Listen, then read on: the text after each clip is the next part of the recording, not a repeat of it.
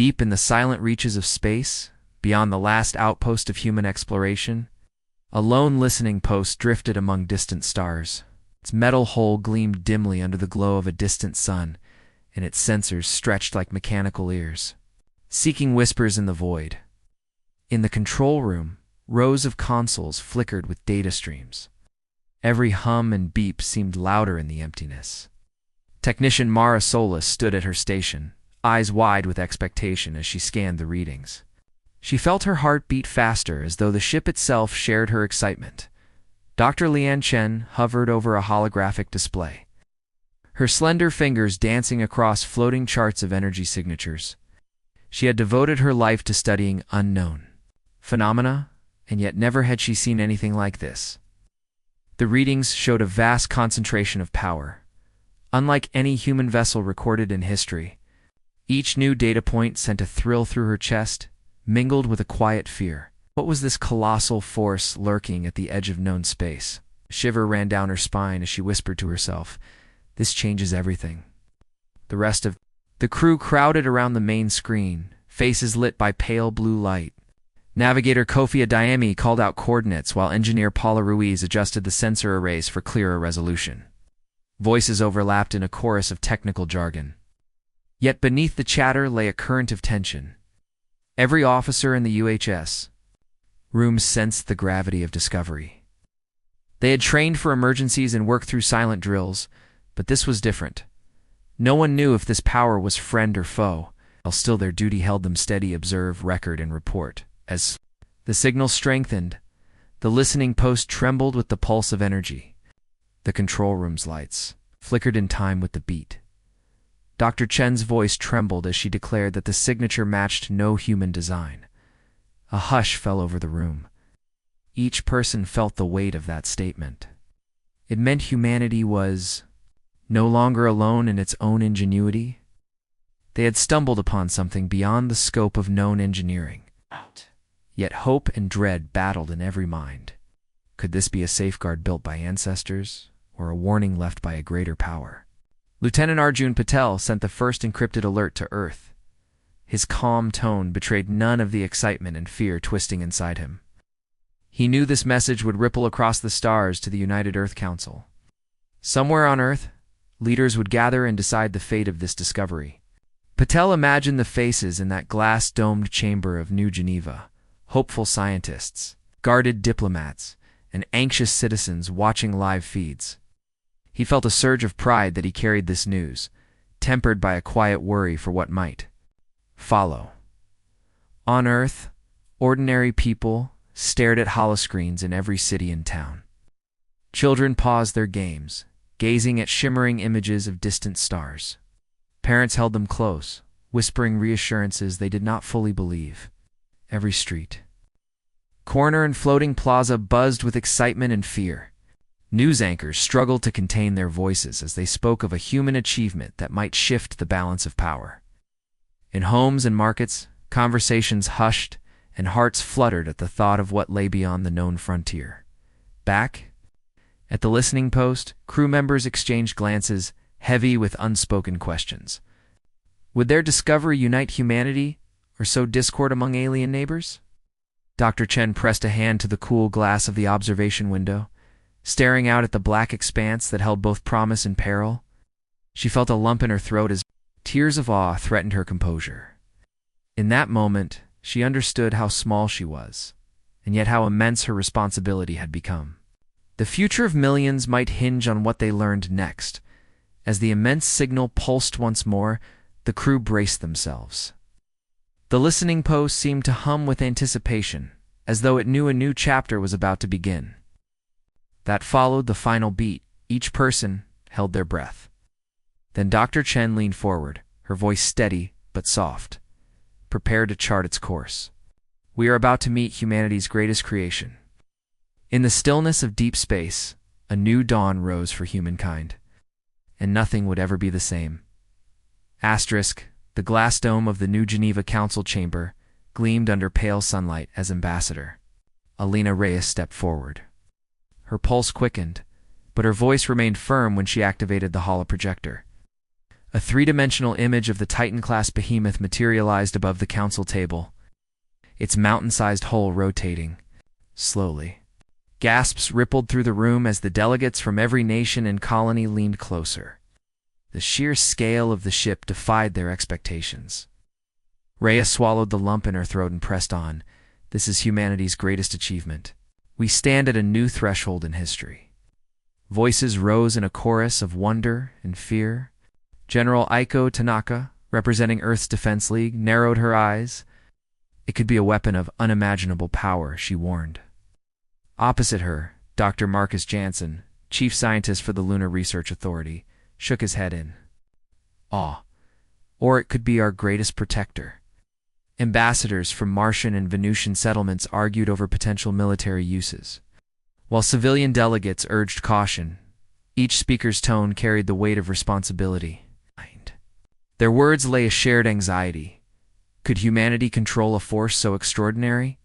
Outside the dome, news drones hovered over crowd-filled plazas. Citizens craned their necks to view giant hollow billboards broadcasting every debate. In Sydney, families huddled beneath umbrellas as rain fell in thin mist. A child tugged her mother's, sleeve eyes wide at the rotating image of the Behemoth. "Will it come here?" she asked softly. The mother stroked her hair, offering a gentle smile she did not feel. Across the world, similar scenes played out. Wonder, fear, and a fragile hope that this miracle could bring unity instead of disaster. Back in the chamber, Ambassador Reyes called for calm. She highlighted that every scan and test showed defensive systems rather than weapons of mass destruction. The ship's energy nodes glowed with an oscillating pattern that matched natural stellar phenomena. It could bend gravity fields to create protective barriers. She spoke of potential uses: shielding colonies from asteroid strikes, stabilizing failing geothermal reactors, even powering terraforming projects. Her words painted a vision of shared progress. As she spoke, some delegates nodded, the tension in their shoulders easing. One of the youngest delegates, Senator Rima Khan of the Pacific Union, rose to speak. Her voice quivered at first, but grew confident. She recalled her childhood on an overcrowded space station ring, where power shortages, forced rationing of air and heat. She described how the Behemoth's clean energy could end suffering for countless people. Tears glistened in her eyes as she said, "This ship could light up the darkest corners of our worlds." Quiet sobs echoed around the chamber. In that moment, technological wonder merged with human compassion. Still, not all fears melted away. Ambassador Jorth et al. Of the Malerin Collective, attending via encrypted link, cautioned against rushing to display the ship's power. The Molerins had survived centuries of cosmic storms, he explained, and they knew that great power demanded great humility. He proposed forming an interspecies oversight committee to guide the Behemoth's missions. His suggestions struck a chord. The idea of cooperating with alien allies offered reassurance that humanity did not hold dominion alone over the galaxy's fate. As debates wound down, the United Earth Council reached a fragile consensus. They would reveal limited footage of the ship in action, demonstrating its peaceful capabilities. They would invite foreign scientists to join the mission under strict protocols. Finally, they would transmit a formal message to all known galactic governments. Humanity extends its hand in friendship, not conquest. Ambassador Reyes allowed herself a small, hopeful smile as she delivered the resolution. Ow! The chamber erupted in polite applause, though shadows of doubt still lingered in many eyes. That evening, as the first peaceful holiday demonstration streamed across every world, humanity held its collective breath. In New Geneva, Reyes watched from a private balcony, the pale dome etched against the twilight sky. In that moment, she understood the gravity of her role. Every heart on Earth, Mars, and beyond now looked to her nation's decision. The fate of billions hinged on trust forged in shared wonder. With a steady breath, she whispered to the night, "May we be worthy of this gift." Below, the city lights of Earth shimmered like stars, ready to step into a new era. Far beyond human space, in the obsidian halls of the Drakari Imperium's War Council, Warlord Veshkar stood beneath towering braziers, His scarred face glowed orange as he studied intercepted images of the Titan-class Behemoth. The ship's mountain-sized hull loomed in the holodisplay, each energy node pulsing like a heartbeat. Veshkar's lips curled in a snarl. He had built his reputation on fear and strength, yet this human creation dwarfed his entire armada. Around him, generals muttered in deep tones, torn between awe and anger. Gah! Veshkar slammed his fist on the obsidian table, declaring, "We must learn their secret, or we will lose our place." In the stars? Meanwhile, aboard the Malaran envoy vessel Whispering Tide, Ambassador Jorith Atal studied human transmissions with gentle eyes. The Malarans prized knowledge above all else, and they saw in humanity's behemoth a wonder, rather than a threat. Still, Jorith felt a flutter in his chest, a rare tremor of uncertainty. He recalled the peaceful words of Ambassador Reyes at the summit. Could he trust these curious beings? Each day he consulted his aide, a young Malaran named Srina, who reminded him that true wisdom lay in cooperation, not isolation. With a calm nod, Jorith ordered the ship to set course for Earth's outer reach. In a hidden research station on the moon Phobos, a covert human team worked under strict secrecy. Engineer Paula Ruiz studied alien blueprints gleaned from old conflicts, trying to match them to the Behemoth's design. She tapped her pen nervously against the table. Though she respected Commander Vega's insistence on transparency, she worried about Drakari spies. The thought of war shadows creeping into their peace efforts made her chest tight. Yet each night, she found solace in the glow of the Behemoth's schematic projected above her workstation. A promise of hope in the darkness, on distant Mars. News of the Behemoth stirred an unlikely alliance between rival mining houses.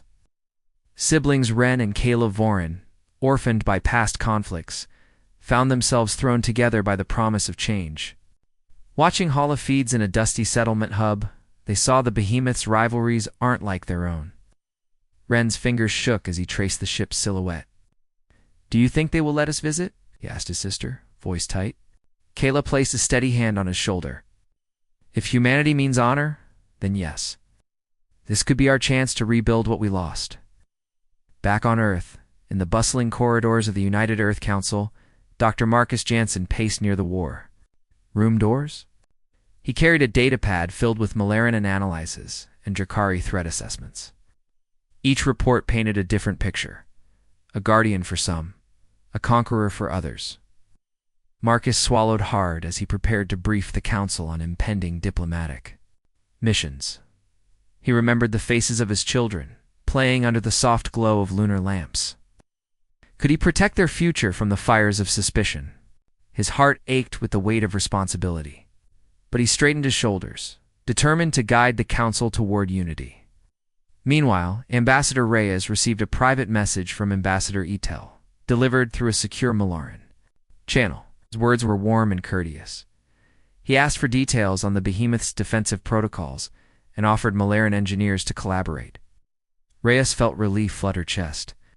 In that simple gesture, she saw the first true bridge between human and alien minds.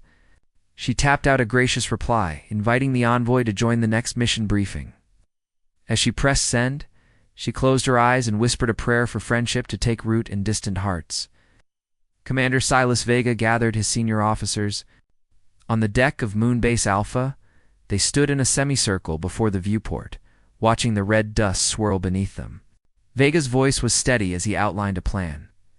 Invite the Malaran envoy for a guided tour of the Behemoth's hull. Share basic functions with neutral observers, and monitor Drakari movements. The officers exchanged glances, some nodding, others frowning with doubt. Vega met each gaze firmly. "Trust will win peace," he said quietly. In that silence, they felt the weight of history bear down upon them and recognized its chance for something new. As the Whispering Tide slipped into lunar orbit and the Drakari warships lurked on the fringes, the galaxy held its breath. Earth and its colonies, people paused their daily lives to watch the unfolding drama. Children clutched models of the Behemoth, dreaming of voyages among the stars. Artists sketched the ship's silhouette against alien suns. Scientists raced to develop new systems inspired by its design. In every world, a spark of hope gleamed.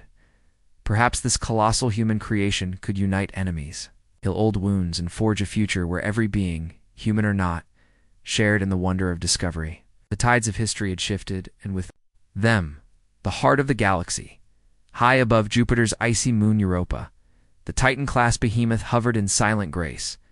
Its vast hull reflected the swirling clouds of Jupiter's atmosphere like a colossal mirror. On the observation deck of Europa Station, scientists and civilians gathered behind reinforced glass, their breaths catching at the sheer scale of the ship. Among them stood Commander Silas Vega, his uniform crisp beneath the soft glow of the station's lights. He felt a surge of pride and nervous anticipation. This moment could change the galaxy's view of humanity forever. Inside the Behemoth's control chamber, Dr. Lian Chen and Chief Engineer Paula Ruiz prepared the magnetic pulse generator. The chamber thrummed with low hums as energy coils powered up. Dr. Chen's heart fluttered with excitement. She remembered nights spent dreaming of using this technology not for war, but for saving lives. Across the room, Ruiz checked her instruments, steadying her breath as she calibrated the field's intensity. "Let's make history," Ruiz whispered, her voice firm but soft. Below, on the surface of Europa, the station's residents watched the live feed with a mix of awe and concern. Navigator Kofi Adami's voice echoed through the speakers. "Asteroid fragment incoming, projected impact in 12 minutes. A hush fell over the crowd as holographic projections showed a jagged rock hurtling toward the station at terrifying speed. Children clung to their parents' arms, while scientists exchanged tense glances. Time seemed to stretch as everyone waited for humanity's greatest creation to prove its promise. Back in the control chamber, Vega stood before the pulse. "Command console?" He tapped the activation sequence. Dr. Chen watched the energy nodes flare to life, glowing bright blue against the dark metal. The ship's hull vibrated with the building power as though it strained against invisible chains. Vega's fingers hovered over the final trigger button. He met Dr. Chen's eyes, and she gave a small nod. "Now," he said, impressed. Blinding wave of magnetic energy burst from the Behemoth, arcing outward in graceful ripples. The pulse met the asteroid fragment and wrapped around it like a giant invisible net. On the station's holoscreens, the rock's trajectory shifted, bending gently away from the station. A collective gasp rose from the onlookers as the fragment veered harmlessly past. Cheers broke out, echoing through Europa Station and across. Comlinks to Earth and beyond, tears streamed down Dr. Chen's cheeks as she stepped back, breathless. Ruiz clasped her shoulder, both women sharing a moment of triumph. Commander Vega allowed himself a rare smile, his stern features softening. "We did it," he said quietly. Around them. The control chamber erupted in applause and relieved laughter. Engineers high-fived, and VS officers offered congratulations with proud grins. On the observation deck, Ambassador Elena Reyes addressed the crowd via hologram. Her clear voice carried hope. "Today humanity shows its true nature, as conquerors, but as protectors." She spoke of future missions, clearing debris from shipping lanes, stabilizing volatile asteroid belts, and safeguarding colonies from cosmic threats. Her words painted a vision of cooperation and peace. Listeners wiped their eyes and nodded, moved by the promise of a safer future. Far below in Jupiter's swirling atmosphere, the rhythmic pulse of the Behemoth's engines thrummed like a heartbeat. Scientists aboard Europa Station banded together, exchanging data and dreaming of new possibilities. Children sketched pictures of the ship saving them, while artists composed songs in honor of the moment. Across the galaxy, alien worlds tuned in, their leaders watching humanity's peaceful power on display. Doubts lingered, but hope shone brighter than ever, as the Behemoth drifted away from Europa. Its mission accomplished, Commander Vega stood on the bridge and gazed at the pale blue dot of Europa Station receding into space. In that quiet moment, he felt the weight of responsibility and the thrill of possibility. Humanity had revealed not just a ship of immense might, but a new path for the stars. And as the light of distant suns glinted off the Behemoth's hull, Vega knew the galaxy would never look at humans the same way again. Moonbase Alpha's docking bay buzzed with activity as the Cathari Syndicate's sleek silver cruisers glided to a stop. Commander Silas Vega stood at the airlock, his posture calm but his heart racing. Behind him, his officers checked their gear and weapons protocol, demanded readiness, even in peace talks. Vega offered a firm nod of welcome as the Cathari delegation stepped forward. Their tall, lithe forms were draped in ceremonial robes that shimmered under the bay lights. Vega felt pride swell in his chest. This was the moment when humanity would prove its intentions through actions, not just words. The delegation filed through the airlock and into Moonbase Alpha's transit corridor. Overhead lights cast long shadows on gleaming floors, and the air smelled faintly of recycled oxygen and polished steel. At Vega's side, Navigator Kofi Adayami activated a holomap, projecting a path toward the Titan-class Behemoth docked beyond the base. The Cathari scientists paused to admire each display star charts, engineering schematics, security protocols absorbing every detail. Their soft musical tones spoke of wonder, but Vega noted a flash of envy in their eyes. He welcomed it. Respect born of awe could bind allies more tightly than treaties. As the group entered the Behemoth's grand hangar, Vega's breath caught. The ship's immense hull rose overhead like a mountain of black chrome, energy conduits pulsing along its surface. Engine vents hissed with coolant, and stray beams of sunlight filtered through observation windows high above.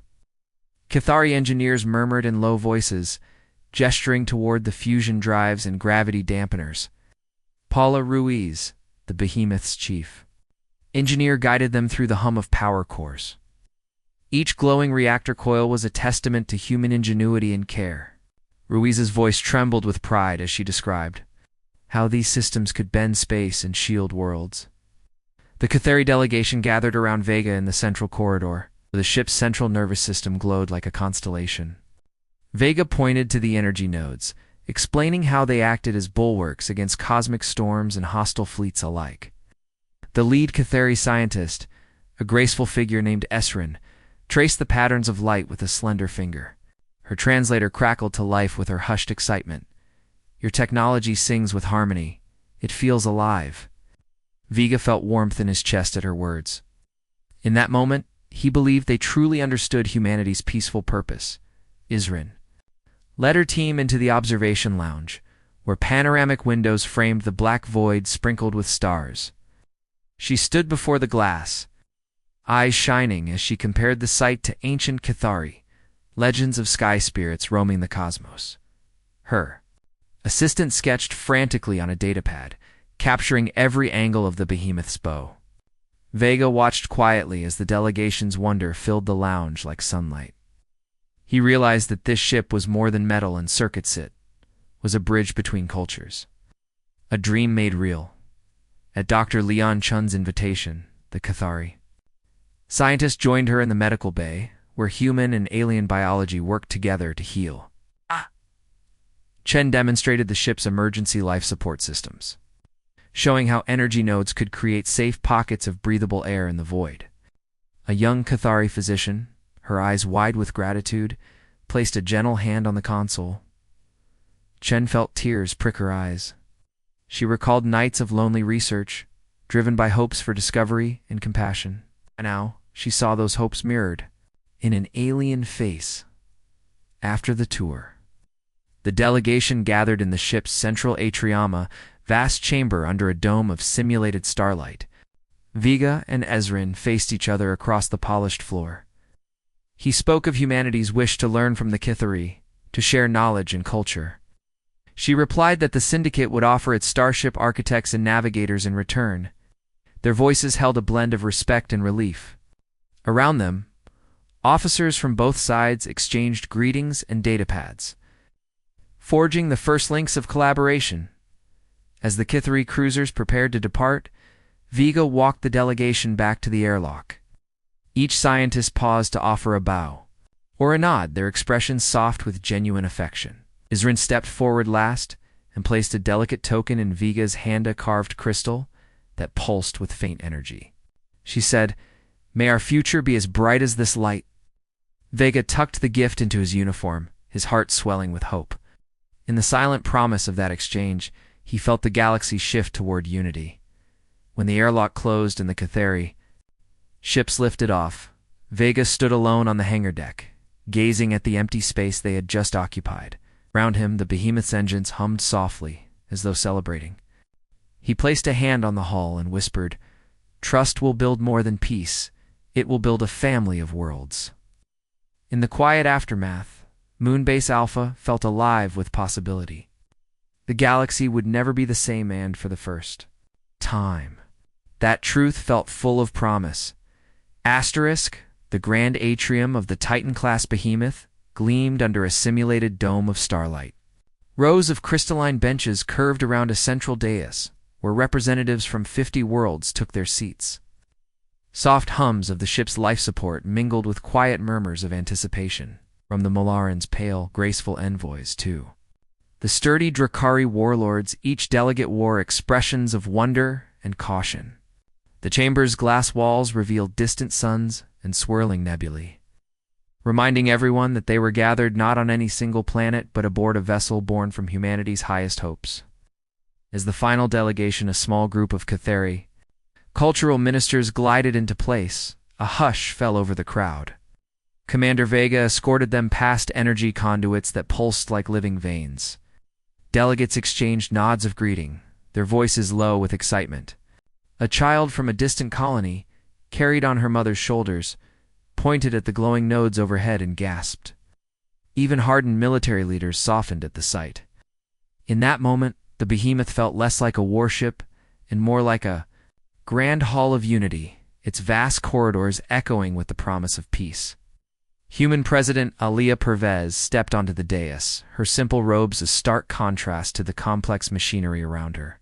She raised a hand and waited for silence.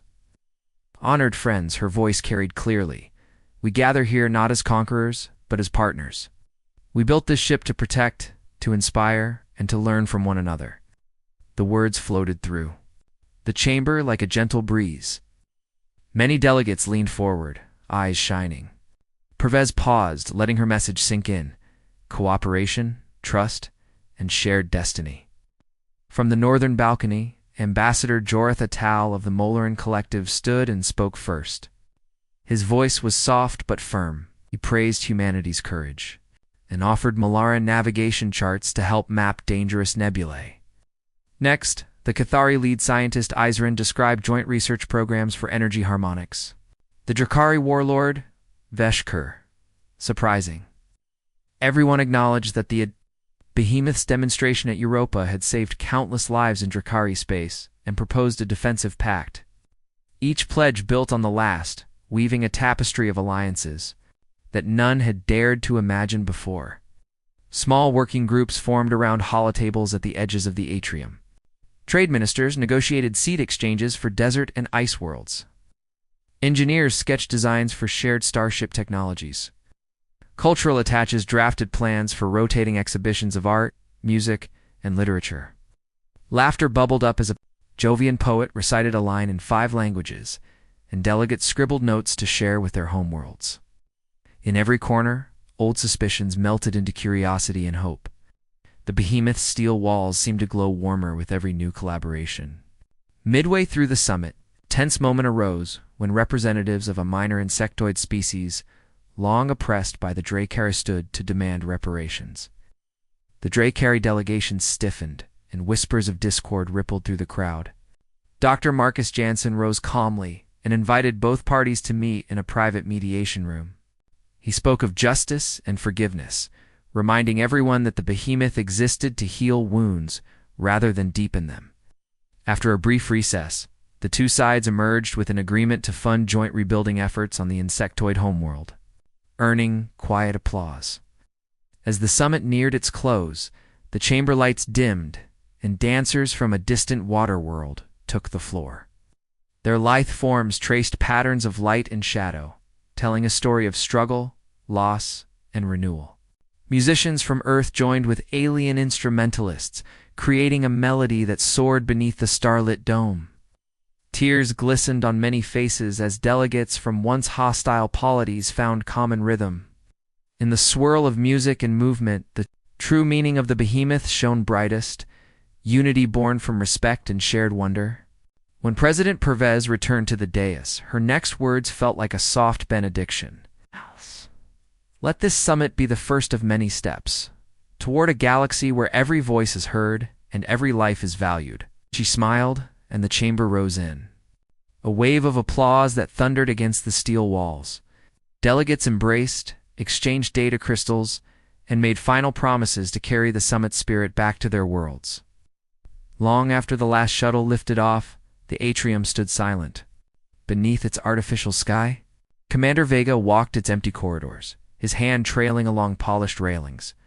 He felt the weight of history and the lightness of hope entwined in his chest. The Behemoth had done more than reveal humanity's might. It had revealed humanity's heart. And as he gazed at the simulated stars above, he knew the galaxy would. Across the void, sensors aboard the Titan-class Behemoth flickered with urgent alarms. Dr. Lian Chen stared at the holoscreen in shock as data scrolled past. A dying star on the brink of supernova, its shockwave set to ripple through 3 neighboring systems. The predicted energy release matched nothing the galaxy had ever seen. Chen's breath caught in her throat. She pressed a trembling hand to the console and whispered, "We have to act now." Her voice trembled with equal parts fear and resolve. On Earth, President Alia Pervez leaned forward in the council chamber, watching live readouts from the Behemoth's long-range scanners. She saw the star's light curve rise exponentially, then watched as the projected blast radius flickered. In red across distant star maps, every face around her paled. She pressed her palms flat on the glass table and took a breath. "Send the Titan," she ordered. Her voice was calm, but her heart pounded with the weight of lives yet to be saved. In the bridge's command circle, Commander Silas Vega gathered his officers. Navigator Kofi Adeyemi plotted the fastest intercept course through collapsing space. Engineer Paula Ruiz adjusted engine yields, pushing reactor cores to the safe edge of output. Vega's eyes shone with fierce determination as he addressed them. "We will contain this wave, no matter the risk." Each officer nodded, sharing the burden of choice. In that moment of unity, fear transformed into purpose. Meanwhile, Ambassador Jorith Edel and his Malaran aides watched the same data from their envoy vessel. Jorith placed a gentle hand on the console, his calm voice soothing his anxious team. "Humanity risked much to save us at Europa," he said. "Now they will save others again," even the Molarans, who had seen cosmic disasters many times, felt their hearts seize. They prepared to send supportive measures, stability protocols, energy dampeners, mathematical models to guide the Titan's efforts. Far in the Drakari Imperium, Warlord Veshkar roared an order that his fleet push back civilian convoys to clear the path for the Behemoth. Though he distrusted human motives, he could not deny their ship's power. His generals obeyed, grudging. Respect in their harsh voices, Veshkar watched the star maps and grunted approval at Vega's bold plan. In that moment, the Imperium's warships felt less like instruments of conquest and more like guardians of the galaxy's fragile peace. Back on the Behemoth, engines flared as the colossal ship leapt through space. Inside, the gravity stabilized. Hall's every beam and conduit pulsed with purpose. Crew members held hands in prayer. Technicians monitored shield harmonics as energy nodes synchronized to form a massive containment field. The air hummed with tension. Dr. Chen's eyes glistened with tears as she whispered, "Hold together, old friend." She referred to the ship itself, a marvel that lived and breathed under human care. Outside, the shockwave raced outward, a roiling wall of light and radiation. The Behemoth met it at the edge of its range. Commander Vega stood at the observation window, face lit by the luminous blast. He gave the order, and the ship's shields flared like a second sun. The shockwave crashed into the barrier, rippling across the hull in waves of rainbow light. The entire vessel shuddered, metal singing under the strain. Vega held firm, voice steady as he relayed status updates. On Europa Station, now out of danger, Scientists and citizens alike watched the Behemoth's effort via live feed. Children pressed faces to viewports and gasped as the ship and Shockwave battled in silent grandeur. Parents hugged them close, tears blurring their eyes. For a moment they felt the vast distance shrink. Their protector was far away, but close enough to glimpse. In every home, people held their breath, united by one hope, that the Behemoth would stand. After What felt like an eternity, the shields held. Shockwave's edge stalled, then dissipated.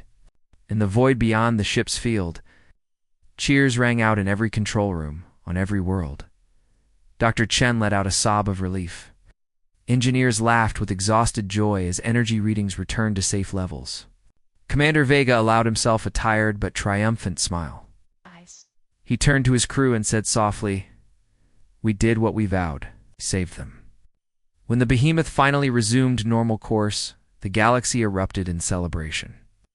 Messages of gratitude poured in from worlds once threatened by the blast. Alien children drew pictures of the great ship pushing back the cosmic wave. Leaders spoke of unity and respect. And on Earth, President Pervez watched the morning sun rise, hope blooming in her heart. Humanity's Titan-class Behemoth had revealed its greatest gift, not power to conquer, but power to protect. The galaxy would never be the same. A gentle light filtered through the landing bay's windows as the first convoy of rescued civilians stepped onto Earth's soil. Their faces were pale from fear, but their eyes shone with gratitude. Among them, a family from the Scarlan system held a small child whose tears dried as he looked up at the waiting crowd. President Alia Pervez stood beside Commander Vega, her voice soft as she welcomed them home. "Now," she said, "humanity will always stand by its promise." No. The family bowed deeply, and in that humble gesture, the weight of countless lives saved became real. In New Geneva's Grand Plaza, ambassadors from dozens of worlds gathered beneath fluttering banners displaying Earth's new emblem, a circle of stars united by a single beam of light. Ambassador Jorth Atal stepped forward, his pale skin glowing in the morning sun. He spoke in the universal tongue, his voice clear with warmth. "We came seeking your secrets," he said, "and found your compassion. Let us walk together into this new era." Around him, delegates nodded and murmured in agreement, their stiff diplomatic posture softening into genuine smiles. Within the United Earth Council chambers, debates had once raged over secrecy and control. Now, the mood was transformed. Senator Rima Khan rose to propose a galactic accord, a treaty guaranteeing aid and safe passage among all signatory worlds. Her words flowed with quiet passion as she recounted stories from the rescue missions. Miners freed from burning asteroids, children plucked from collapsing habitats, elders guided to safety by the Behemoth's healing fields. When she finished, the council erupted in applause and the accord's text was drafted that very afternoon. On the surface of Mars, mining towns once lonely and cold now bustled with renewed hope. Engineers from the Cathari Syndicate worked side by side with human crews, installing starship parts and terraforming modules. In the dusty red sands, children flew kites painted with the Titan-class Behemoth's silhouette. Their laughter drifted above the worksite, a promise that the future belonged to unity, not division. For the first time in generations, humans and aliens touched shoulders in friendship rather than suspicion. Back on the Behemoth, Commander Vega stood on the observation deck, watching Earth recede below. His uniform was dusted with moon grit and Martian clay, souvenirs of recent missions. He placed a hand on the cool glass, fingertips tracing the curve of the planet. Dr. Lian Chen joined him, her eyes bright with tired joy. "We did more than build a ship," she said, voice soft. "We built a bridge." Vega nodded.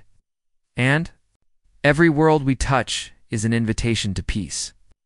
In the laboratories of Luna's research stations, scientists pored over data from the Behemoth's engines and shield systems, together with Malaran mathematicians and Cathari architects. They developed new energy grids that could light struggling colonies and power life-saving terraforming efforts. Each breakthrough was celebrated as a step toward prosperity. In lecture halls filled with eager students of many species, professors spoke of a future where knowledge was shared freely not guarded jealously. Yet not every corner of the galaxy embraced this dawn. On the fringes, a handful of factions whispered of hidden agendas, of humans wielding power to dominate. Warlord Veshkar himself received messages conflicted with doubt, but he chose to stand with the Accord. He knew his people had seen the Behemoth's courage and humanity's promise firsthand. Even so, Vega prepared a small diplomatic mission to the Dracari homeworld, carrying gifts of peace and hope, ready to answer any remaining fears with open hearts. As twilight fell on Earth's forests and oceans, artists gathered in open air. Amphitheaters to paint murals and compose songs celebrating the Behemoth's deeds. A chorus of alien and human voices rose in harmony, singing of stars once distant, now joined by a single thread of light. Children danced beneath holographic constellations, imagining voyages to distant worlds. In every melody and brushstroke lay the simple truth.